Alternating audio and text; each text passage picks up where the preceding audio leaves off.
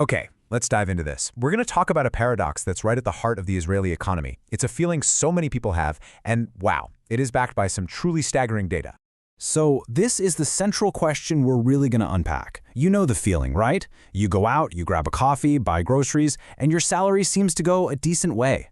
But then you think about buying a home, and it feels like you're playing a totally different game, a game that feels almost impossible to win.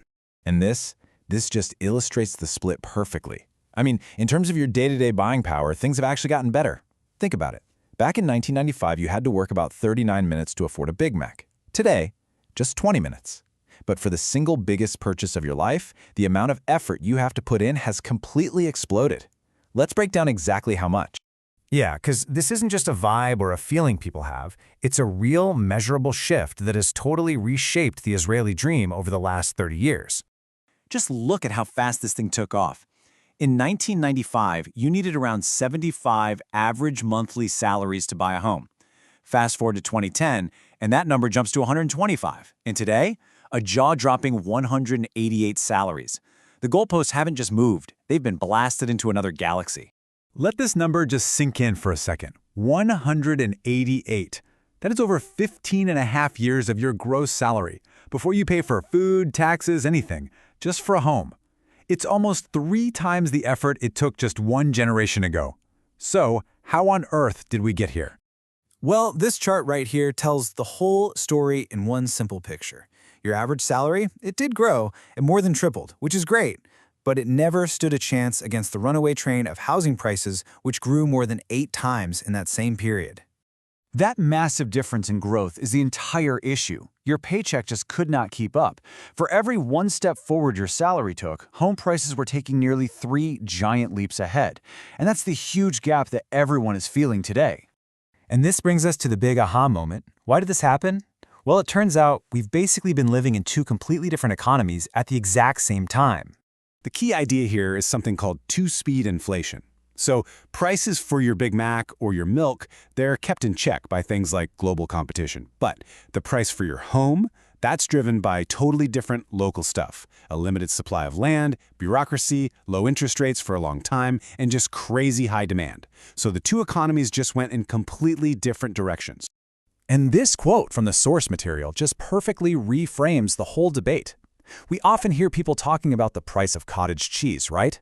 But the real life-changing financial pressure, it's not the cost of living day to day, it's the cost of settling down and actually building a future.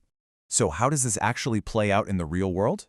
Well, this two-speed economy, it creates these massive gaps in society, not just between people, but between places and even generations. Just look at this incredible divide. The average monthly mortgage payment in Tel Aviv is more than 4 times higher than it is in Beersheba. It just goes to show you we're not talking about one housing market. We're talking about a bunch of different realities all coexisting in one small country. And to put that Tel Aviv number into perspective, the monthly payment is more than 1.5 times the entire national average salary. I mean, it is mathematically impossible for an average earner or even an average couple to afford an average home there without some serious outside help. And get this, mortgages haven't necessarily gotten a whole lot longer. Instead, the market just found a new, kind of brutal balance. To keep the dream alive, people are taking on these absolutely crushing monthly payments. So the pain isn't stretched out over more time, it's just concentrated into a much, much heavier weight, month after month. And for anyone out there thinking, oh, this is just a shekel thing, check this out. Even if you held your savings in a strong currency like US dollars, the Israeli property market has just dramatically outrun it. An amount of money that could buy 2.5 homes a generation ago now gets you just over 1/3 of one. The purchasing power of that cash has basically collapsed when you put it up against Israeli real estate. So what does all of this mean for the next generation? How is all this data fundamentally changing what the Israeli dream even is? This is maybe the most sobering number of all. Based on how things are going, a young person entering the market in the next few years would need to dedicate 22 to 23 years of their entire gross income, before taxes, food, anything, just to pay for a home. Think about that. Decades of your working life just for the roof over your head. And here it is, the profound social consequence.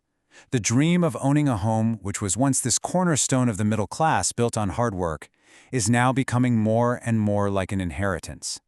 It creates this feeling that the game is rigged for those whose parents already own property, and it's creating this deep, widening gap between the haves and the have-nots. So we end right where we started, with a question. The data clearly shows that the financial cost of the homeownership dream is at an all-time high. But that just leaves us with a much bigger question. What is the social cost of that dream becoming impossible for so many people?